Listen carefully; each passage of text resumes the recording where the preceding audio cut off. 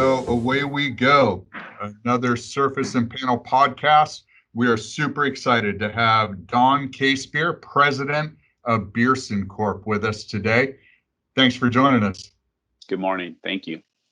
So, how are things? How are things going up there in beautiful South Oregon? It really is a beautiful time of the year. Fall in Southern Oregon is great. We have, it starts to cool off in the mornings. Still get nice heat in the afternoons. So it's a beautiful place. When we say Southern Oregon, most people will think we're within an hour or something of Portland, but we're 4 hours. We're about 20 minutes from the California border. So we live in a place called the mythical state of Jefferson. So the whole Jefferson thing goes way back, and it's basically north of San Francisco and south of Eugene. We're way out here in the middle of a beautiful area in the Redwoods and Crater Lake, the Cascade Mountains. It's a beautiful place, but it's a long ways if you want to go to a baseball game or a football game or something. You're a long ways. Yeah, 6 hours drive to the bay. But yeah, beautiful. I'm very, very familiar with the whole area, and funny story. My wife hadn't traveled much. We've been together a long time, and she said, "Oh, I want to go on a road trip, and I want to see the state." So, all right, cool. Let's leave Southern California and we'll head to Portland. So like a lot of people, and Oregon's the same way as California.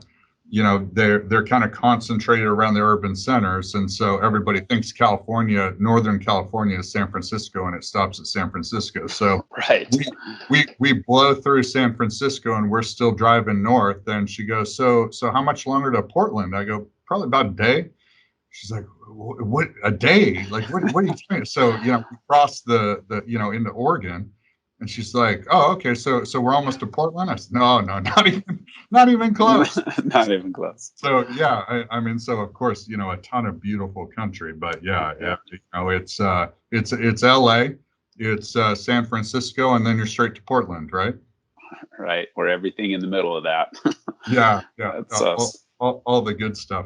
Well, listen, it's great to have you here. I've done quite a bit of background on Bierson, and I'm just absolutely blown away by just the creativity and the quality and the amazing things that your team produces. So, I mean, for those that aren't in the know, give them the update on who Bierson is and what you guys do. What makes you great? Okay. So what makes us great first is the people that work here. So I've got a crew of guys and gals that have worked for me over time, some all the way back to their fathers. So business wise, I've got guys that have worked for me 20 years. So you get a level of commitment on products. It's family.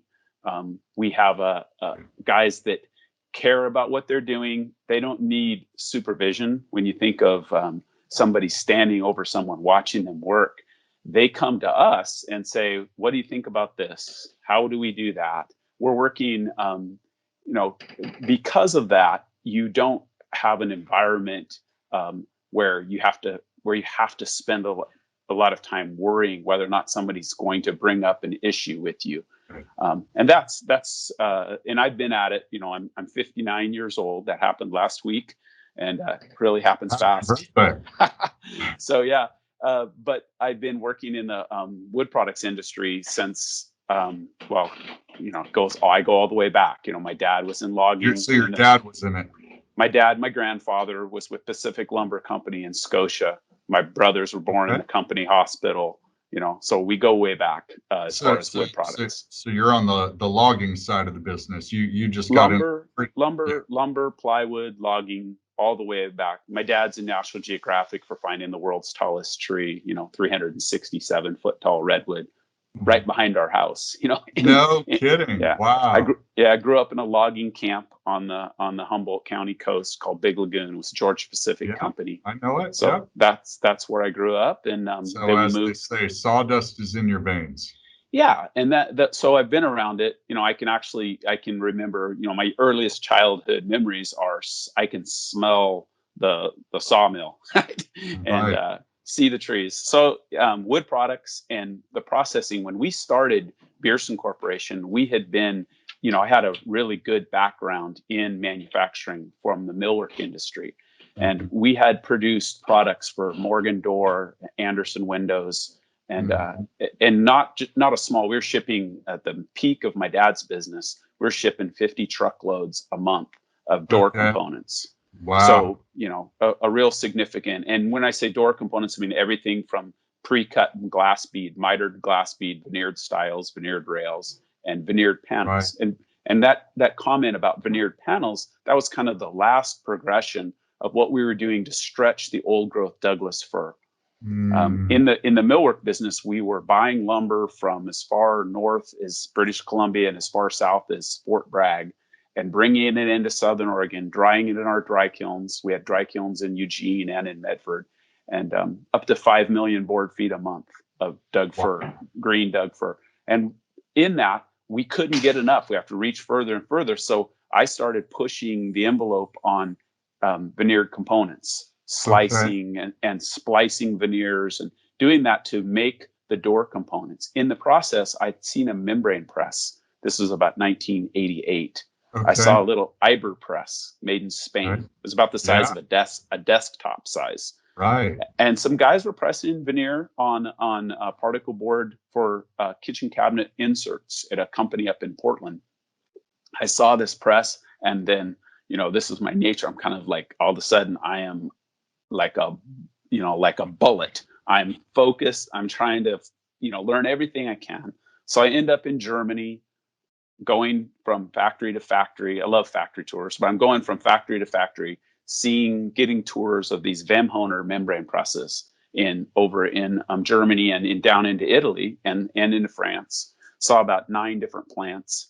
And the German guys keep saying to me, I'm trying to solve this double-sided veneered raised panel for the insert panels in a stile and rail door. And the Germans keep saying, hey, you could press plastic with this. They keep showing me, you can press plastic. And, PVC doors, kitchen cabinet doors, and door panels for BMWs and Mercedes. You can form this material with these machines. And I'm telling them, look, don't do that.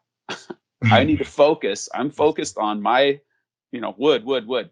Yeah. So made the decision. I built a plant along with our millwork plant to make the veneered raised panels. But I did go ahead and buy a router, a CNC router. And hey, we'll be able, no, not a Hayen at the did I used to say Hayen? No, anyway, I bought a router, a Shoda router, and we'll make some of these kitchen cabinet doors kind of as a little side thing. Okay. Oh my. We made a few, and the next thing you know, we're selling 3 of the top 10 kitchen cabinet companies in America. Homecrest, Aristocraft. Gosh, I can't remember now. So third, but anyway, I sent my sales guy, say, hey, go call in the top 10, whoever that is, find them, call on them. Sure enough, we're selling them, and we're in no time. We go from 0 to $500,000 a month of kitchen cabinet doors. Wow. Yeah. So from 1989 till 1995, my dad sold the whole company, which Progressive Panels was what we called it. We were like, hey, we're going to start this panel processing. We're going to call it, what are we going to call it? We wanted to be aggressive. We were young guys. And we wanted to be forward. We're like, okay, we'll call it Progressive Panels. So, great company, was a ton of fun. I learned a lot about, membrane pressing and CNC machines. So we went from, just a handful of understanding just how to run a router to we really revolutionized how you made CNCs work for that process. We're talking 1989 and 1990. Yeah, the early days, yeah. Yeah, it was Ed Shorma at Primewood. Ed was the lead guy. He was the first guy to have a Wemhoner press. And I think Contact Lumber had bought one over in Prineville, Oregon. But they really didn't, it's kind of like a lot of guys, they got it, and then they're like, what are we going to do with it? It was really cool, so they buy it. Right. It's cool techie machine. It's and cool then toy. And I don't think they ever really found, they never got into the door business. But anyway, so I think we had the third Wemhoner shipped into the U.S. and we ran the membranes off of it. Wide open. Yeah. We got to where we're running our routers, 2 Shoda routers, 24 hours a day, 7 days a week, 4 rotating crews. Wow. Custom kitchen cabinet doors, any size, any lead time, 1 day, 3 day, 7 day. So we would make your door today, but you paid a premium because what was happening is, guys put in a kitchen, he gets there, he's installing it, he ruins a drawer front. He wants the drawer front. If you want it tomorrow, we'll make it today, ship it today. You might not get it because of FedEx till tomorrow, but we'll make it, but it's going to be really expensive, and it was, and a lot of guys needed to. You got a $25,000 kitchen, you got to get it finished, and you're missing one drawer front. You will pay what you got to pay to get that drawer front if you can.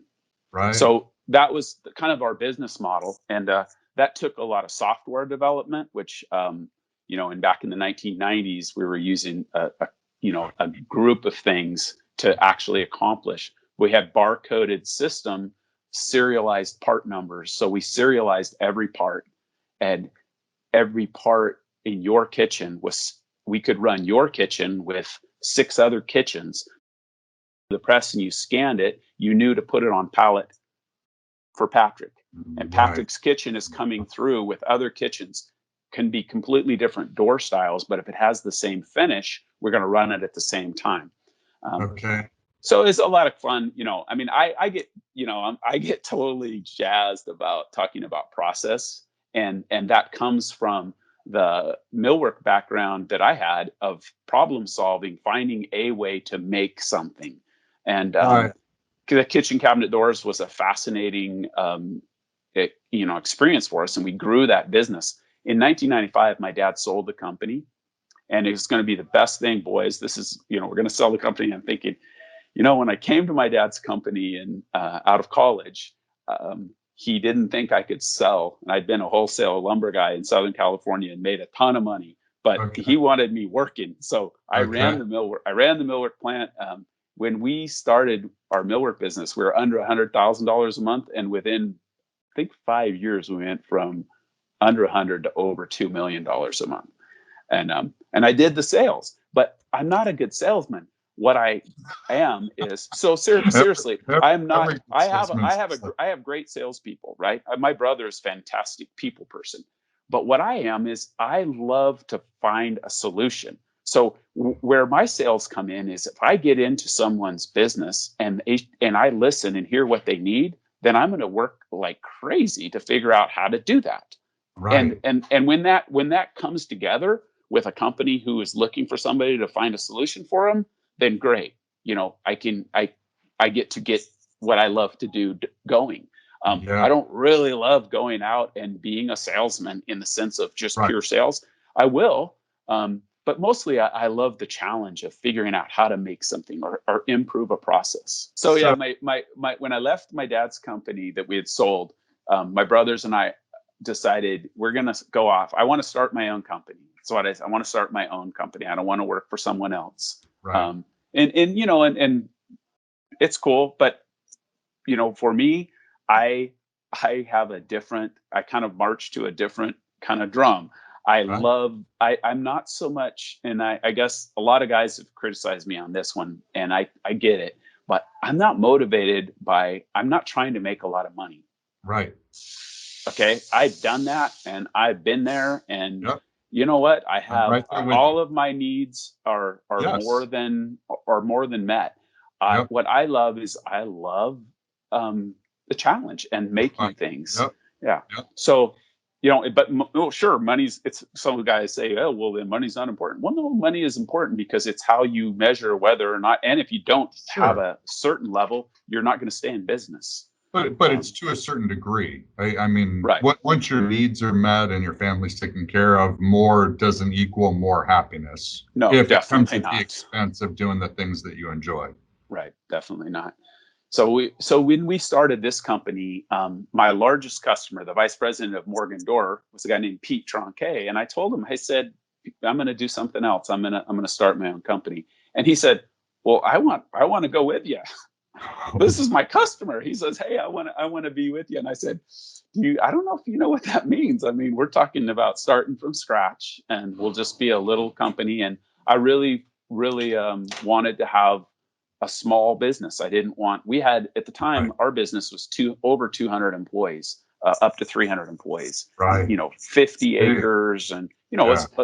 I'm signing paychecks for like, got a stamp as you're Right. stamping paychecks, Yeah. and payables and paychecks, and it's like the part I loved about the business isn't the part I was getting to be so much involved with. It got to be more bureaucracy. And Right. so even though with Bierson Corporation, what we did is said we want to go out and take this technology and go be more focused on process improvement, which Dr. Deming, I'm not sure if you're a Deming fan, but so I basically have 3 guidelines for business. One is Dr. Deming's work, which is process improvement, that quality and understanding variation. Second is Eli Goldrat's constraints, basically theory of constraints. And third is my Judeo-Christian background, as being a Christian, is that I look at how I treat people and how we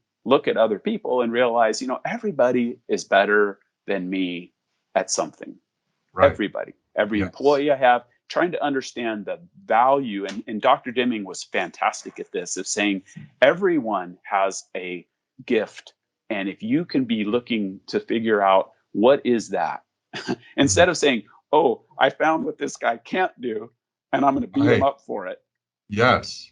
Right. But to say, I've got employees that have talents and they're better than me at something. And if I can find that thing, then I can make a really great team.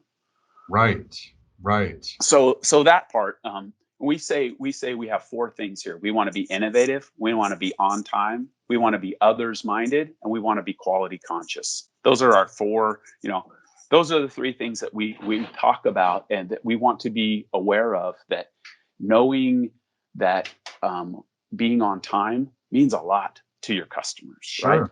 So when somebody tells you, hey, we're going to ship it on this date, and people put you in a tough spot. They want it shipped when it's really tough to get it, when it's hard to get it made by that date, or whatever whatever those are. We need to be focused on getting that done for the customer. To be, I mean, those are big, goals, and I mean, they getting copied on websites, and I think a lot of people would gloss over those goals, but I'm sure you're experiencing the same thing that you did, at your dad's company, right? Of scaling and growing, and sometimes growing faster than you expected, and all of those are amazing, gifts to have, but they're also in some cases contradictory to goals like you have. So, and then even deeper and more complicated, as I see it anyway, you look at, you don't create an assembly line of spec production products, that just get inventoried by the tens of thousands, being ready to ship to your customer when they place a PO. Like everything, it feels like, is this one-off work of art that's amazing, right? And I'm truly amazed. I'm not trying to just blow smoke here. I mean, the things you create, even like the panel behind you, is art, and it's a one-off. So as you grow, how do you maintain scale of one-offs? Well, that is, I guess, one of the great things on Dr. Deming's work. I'll go back to is that when you look at process, then you aren't looking at making the part. You're identifying what does it take to make the part, right? What are the steps? What are the tools that you need? And then how you use the machine and the man and the method and the material. You look at those elements that go into a process, and you say, well, what do we have? What do we need? And what can we do differently? And how can we mix up the order of how we make these things? So we've got to make, in the first 300 days, we made 1,200 prototypes. We make a prototype. If we usually make 2-3 prototypes every day while we're running production. So we get quotes. We are asked to make a mock-up. A lot of times they don't ask us to make a prototype. They just want a price. And I rarely like to give price without showing them what they're going to get. So you're actually making 2, 3, 4 versions of something that end up usually going nowhere. Yeah. At least 2 or 3 of the 4 end up going nowhere. Yeah. Yep. And that's part of and for us, we know that each time we go around this circle of process improvement, which is plan, do, study, and act, we call it PDSA, right? That's the Deming or Dr. Shewart. I don't know if you know Shewart, but Shewart's kind of Deming's mentor. But plan, do, study, act is you try to look at what you're trying to accomplish and you do it on as small a scale as you can. Mm. So you make a plan and then you do it on a smallest scale as you can. Mm. Less risk, example, I was trying to figure out how to miter fold a bunch of desktops. So I take a piece of cardboard to a machine, not a real part, and I say, will it fit in this machine? Can we use this old 1970s door clamp to clamp desktops that have a return? We made thousands of these miter folded desktops in this door clamp that is not designed for that I dug out of a boneyard out in Pennsylvania to make a bunch of other product. It totally taking a machine that was designed for one thing, using it for another. But we did the test on a small scale with a piece of cardboard. So we cut a piece of cardboard to the size of the desktop. We fold the cardboard where we would miter fold the part, and we see if we can fit it into this clamp somehow. And we used ratcheting straps. I went to every hardware store in Southern Oregon. I was at Home Depot, Coastal, Lowe's, everywhere. And I bought up all of the ratcheting straps to, and this kind of thing happens on a small scale. And then you test, and then you stop and say, okay, what didn't work? And then we come back and we do it again. So process improvement is not like I have a good idea. So if you're like me, I have a good idea always. I never think I have a bad idea. Right. It's not until I try it that I find out that my idea was not so good. Yeah. Right? I am the idea guy, and a lot of them don't work. But you keep trying other things and other angles, and a lot of times the failures are how you find the next movement forward. Which some would argue that that is a massive investment in experimental time that doesn't have a return on investment to the project that you're actually working on, right? Because if you're doing 3, 4 experimental prototypes for a quote that in some cases they may say no to them all, and you may get no business, or they may just sample 4 of the 4. So the time you spent doing the other 3 is technically, if you were talking to accountants, I was about to call them bean counters. I was saying that. They would say, well, that's a loss. And Six Sigma, I would come in here, I would look at all this, and I would say, wow, you're really bleeding a ton of money here, doing all these prototypes. You should not do that. But guys like us, sit back and say, yeah, but the lessons that I'm learning in doing all these things create efficiency and opportunity in the other projects unrelated to those. The other, I think, is we have a level of confidence that we can find a way. Right. We get drawings all the time of things we've never made. Right. And we have no idea how we're going to make it. Right. And it's when they get thrown in, it's set down in front of you and say, can you make this? Right. And then you look to the toolbox, and that toolbox is all of that experience of how you solved previous problems, and you might cobble it together different, a little bit here and a little bit there, different process steps. See, I love this because what it sounds like you've created in your company's culture is this adventurous mindset of problem solving, but equally there's really no such thing as a mistake, right? There's just learning opportunities. Yeah. And so as a result, when what I like to say is when life happens, so like when a COVID lands in your lap in February and the whole world changes, well, that isn't a catastrophe. That's just a problem. Yeah. Just It is. Yeah. We've had a great, this has been a very good cycle of business for us. It's Right.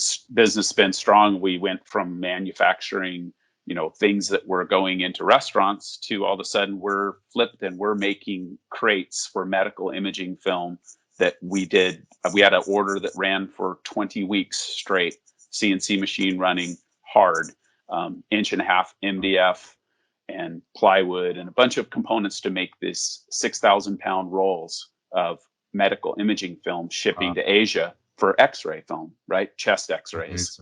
So guess why you need chest x-rays? No kidding, right? So there's this huge demand, and we are producing crates to put these rolls into trucks to get them down to the Bay Area so they can transport them into containers. So these had to be very stable. LVL, laminated veneered lumber. Do you know what that is? Yeah. So LVL 4x4s, kind of Lincoln logged with 1.5 MDF and 2x4 LVL on the top. And then this crate is basically an end, a saddle to hold that roll. Right. So we your made lumber background came in handy with that. Yeah. And so we made, and then CNC tooling, to some of that. I think we posted a little bit of little video of one of us running those. But we were making, we made over 2,000 sets of those. Wow. And there's a lot of parts. It's a lot of truckloads of MDF and lots of truckloads of LVL. But that during that COVID lockdown, that was critical. They needed that. We'd never made anything like those, right? The guys just came down and said, "Can you do this?" And so, well, give me a drawing and let me look at the drawing. And then we went to work on how can we build this, crate. Love it. And it's been fun, and then it's done and it's over. It's gone. We're not making it right now.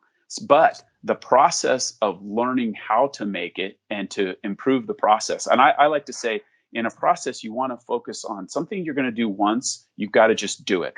But any process that when I look at something and we say, hey, we're going to do so many thousand of these or hundreds of these, we're going to be on it for a little longer time than just a quick short run, because a lot of things are short. But if we have a longer run, I say we need to stop and focus about thinking any larger project, we need to improve early and often. Right. So when I look at a large order, we don't say, oh, we got it running, just let it run.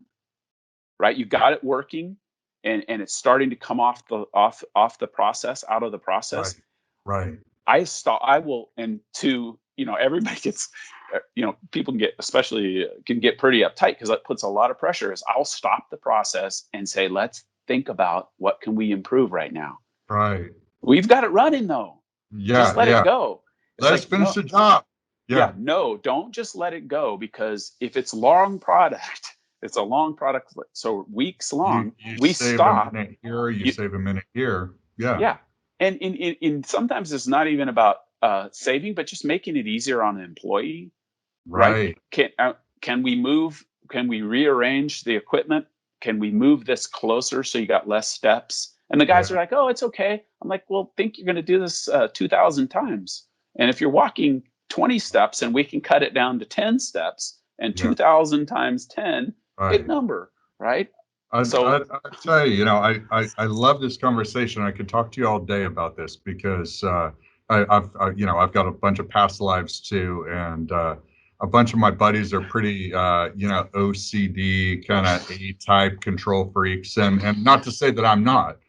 But we were talking about age and just I think a certain peace and confidence that comes with age. And I used to be just a consummate planner, like everything, even moderately big. I would sketch out plans. I would try to predict step by step.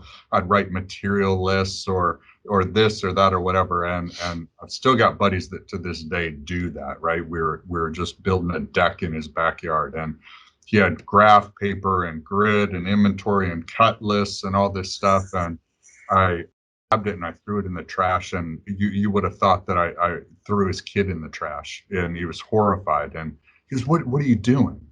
That we're going to improvise. We're going to learn as we go along. We know enough. We know what to do. It's a pretty straightforward project. I promise you, we're going to get 15 minutes in your plan, and we're either going to discover something we can do in a better way, or your plan's going to be off because you didn't think about something. Yeah, you So, may. Yeah. you improvise, and at some point you have the confidence in yourself and the toolbox that you've developed through life, that whatever lands on your desk today, you know you're going to be able to figure out a way through it. And in fact, it may be fun, the more of those challenges that land. And so what I'm sitting here imagining is, you stopping these production lines and saying, no, no, no, no, no, like, let's look at this again, how that's infected the mindset of your entire team, and further, how that's extended into their personal lives, and when they're sitting at home with their families, and they're faced with this or that, or I've got two little kids, and inevitably when they come in with everything, how do they handle the situations in their life, because you've kind of infected them with this mental process. We like to use this phrase, do something, sit Yeah, there. Dr. yeah. Deming used to say, we all, grew up with, my dad was a, hard charger, right?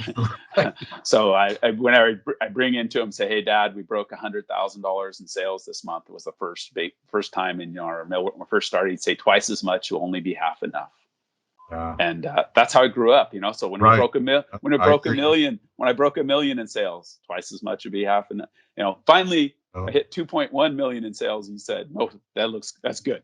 Yes. Okay, we're good. But what Dr. Deming, and I think that was a kind of a big change when I started Bierson, is I started to really dig into Dr. Deming's work. And when he said, "Don't just do something," because a lot of people don't just sit there, do something. Where Right. Dr. Deming say, don't just do something, sit there and think about it. So when you're in the mix and everything's going 100 miles an hour, you need to stop, stop, put your tools down and look up for a second and look at the perspective of the overall. Don't get so down into that minutia and the moment by moment that you can't stop and pull back from it and look at it from a different perspective. And you can get so into the battle of the, of what's going on, that you don't take a step back. And that's why we say, if we got to improve on a large process, we need to improve early and often. So those where your opportunity is. Otherwise, wow, I did 2,000. You've been running these for 20 weeks, and I could have saved this many, sheets of material, or this much tooling, or this many back bend overs for my guys, and lack of movement. And so that's kind of fun. And I was thinking about how I'm going on and on about process, right? Because I love it. I love the process. But like, oh, well, what do you make? I'm like, we make lots of stuff. We make lots of different, we have lots of cool, innovative ideas and stuff, but it's process that is how you make things, and that ideas of how to accomplish it for customers. And 3Form is, the panel behind me is from 3Form. And we will rarely ever show our customers products. Right. So when you look at what you see on our website, we will rarely ever show a customer's product, because there's a confidentiality that it's their product. It is their product. Right before this podcast, I called and said, is it okay if I show your, oh yeah, please. Yeah, right. Great. And I said, okay, good. Because it's not about, I'm not the designer. I work with a bunch of absolute amazing people that are designers, and I'd love to just throw out all their names. One I can tell you, because he designed our trade show booths for Global Shop, is Stefan Anderson from Alu, and we won Best of Show 3 years in a row at Global Shop. We're this little, we'd never been to Global Shop, right?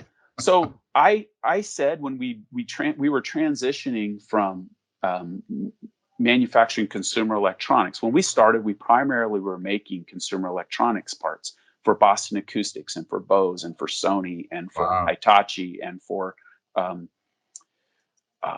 Audio Products International. And anyway, tons of those guys. We sold pretty much. My brother, I say my brother's a great salesman. He could get in and sell anybody because he's persistent and he really cares about people.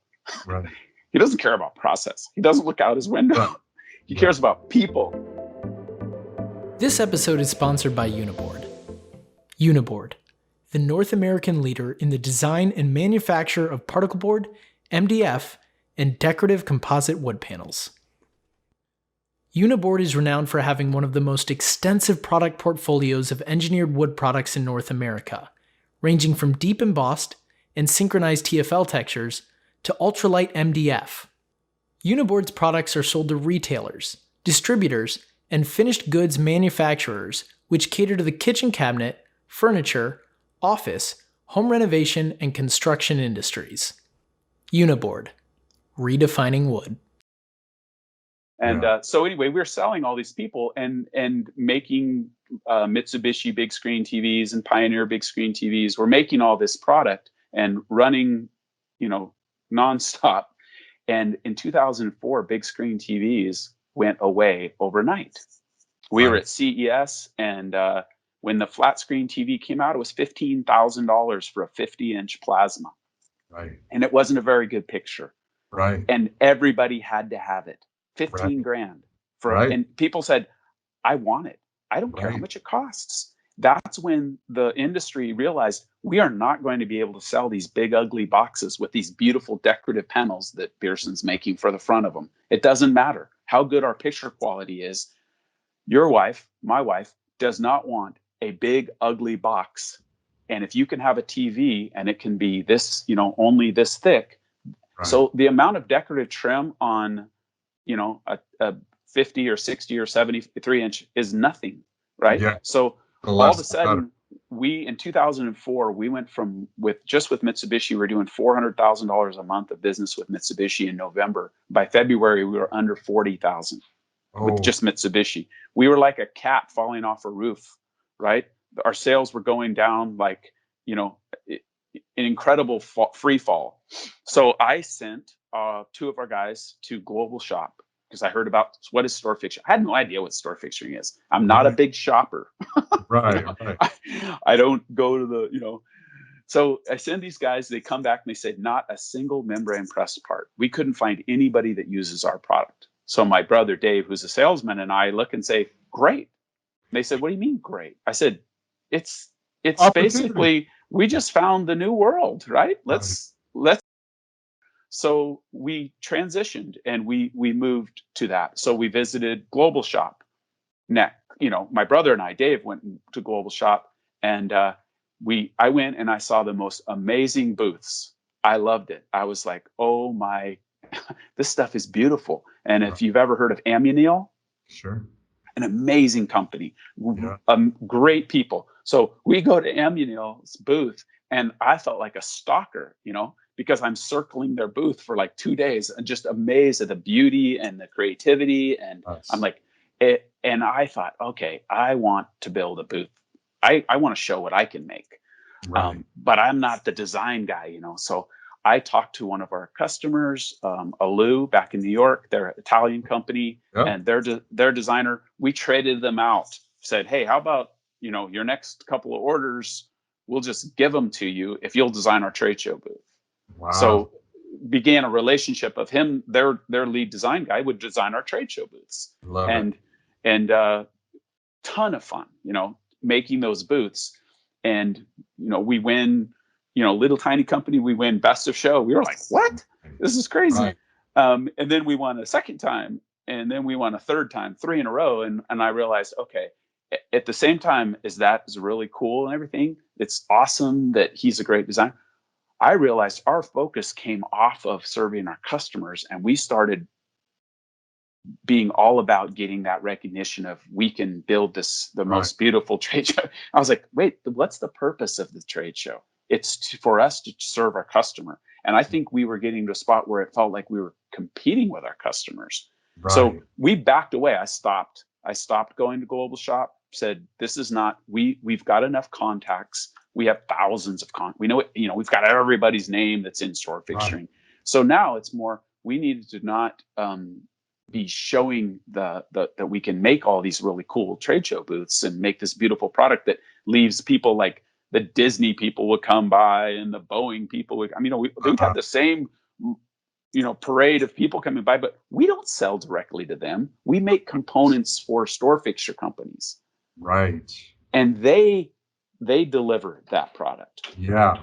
So, so I had to totally rethink our strategy of, we need to go back to our roots of focus on the customer, listen to the customer. Don't listen to the customer's customer so much. Yeah. And don't listen to ego. Yeah. Don't listen to, and yeah, that was definitely it. Because it had to be proud being there at the show, everybody oohing and awing, Disney and Boeing coming in, winning best of show. I mean, it would have been really easy to get sucked into that.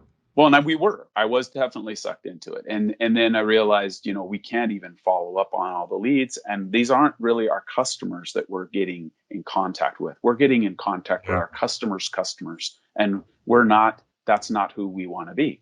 So, we've pulled back from that type of marketing. And now our marketing brought in a marketing person. We didn't have a marketing person per se.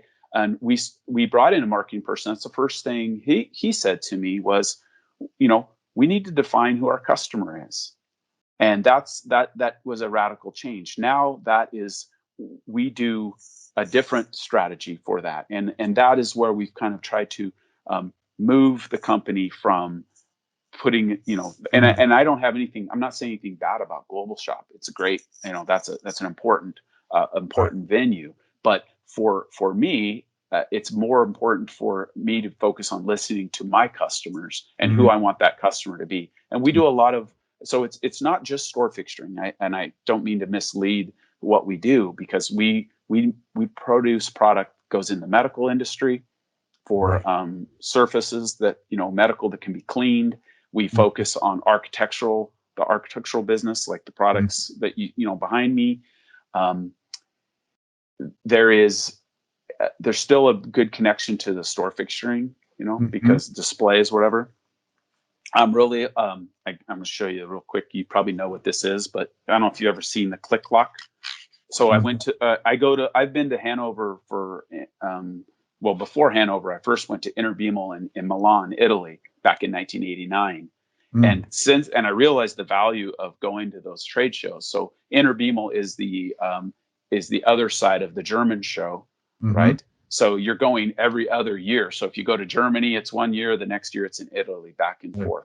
So I've been to Interzoom, but Ligna is pretty much, I love it. I'll go and I'll walk the floor and look at machines and processes. But I was a few years back, I was in Atlanta at IWF, and I was building a trade show booth, which is, I'll build trade show booths for my vendors sometimes. And then I have to go down and I install it. So one of our companies, I was down, I built their trade show booth and installed it, me personally, because I love doing that stuff. So it was like, for me, it's a vacation. So I go down and I build the trade show booth. I'm walking the floor and I come upon this booth and I see this. Right. And that's a company from Sweden called Valange, and they have this click lock. So you put it in there and boom, your joint. So also this miter fold. So you have a miter joint. I don't know how well you could see that, but it's a tongue and groove with a lock. So you want to assemble a cabinet or a box, and boom, you're going. So I went to Sweden. I visited them. I took the train, went up and spent some time with them, talked about what I saw and how I see. I don't make it the way a lot of people would set up to manufacture it. I just have and it's a challenge. It takes a lot of tooling, but a lot of people think of, okay, you're going to get the whole traditional panel saw, double end, 10-inner, boom, boom, boom, all these machines. I'm like, oh my goodness, the run size has got to be huge. You have to be doing a project that's going into Home Depot and they're selling truckloads of it. Right. That's not my business. My business is somebody needs this and they need to flat pack it because they're going to install it in a store. So Right. we want to maximize the space in a truck. We want to, for the purpose of what I wanted, that was something that I saw, and we're still working on that process on how to do that. Well, it's just another problem that needs a process to solve it. Yeah. Don, you are doing amazing things. I could honestly talk to you all day. I don't think anybody else would stick around to listen to it. No, we're just rambling.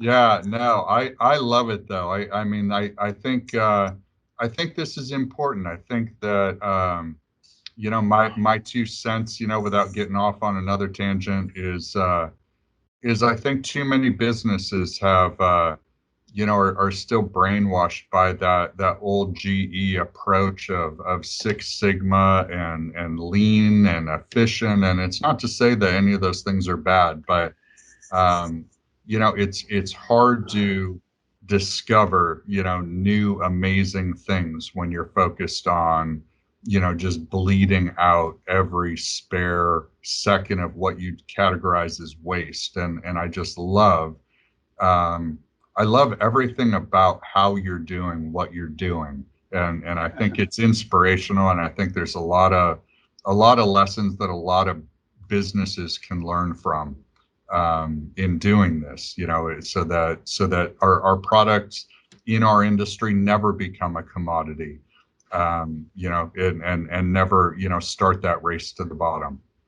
I had a really great conversation yesterday with a great design guy. He's up out of Seattle and Whidbey Island, actually. It was really fun. Young guy talking to me, and he's got an amazing array of designs. And I'm visiting with this guy, and we're talking, and I kind of explained to him. I said, well, on CNC machines, I've had machines since 1989, so I've had a lot of experience, and I can feel them, I can hear it. When I'm watching a machine run, I know what quality is. My dad used to say, and I love this one. I share this all the time with people. It's the man without the right tool is already paying for it. I love that. That is, and I don't know if you've ever heard that before, but I haven't. When you know what that's like, you're trying to do something and you don't have the right tool, you might as well have spent the money. Absolutely. So I have 5 Heian CNC machines. They're $400,000 for a Heian CNC machine.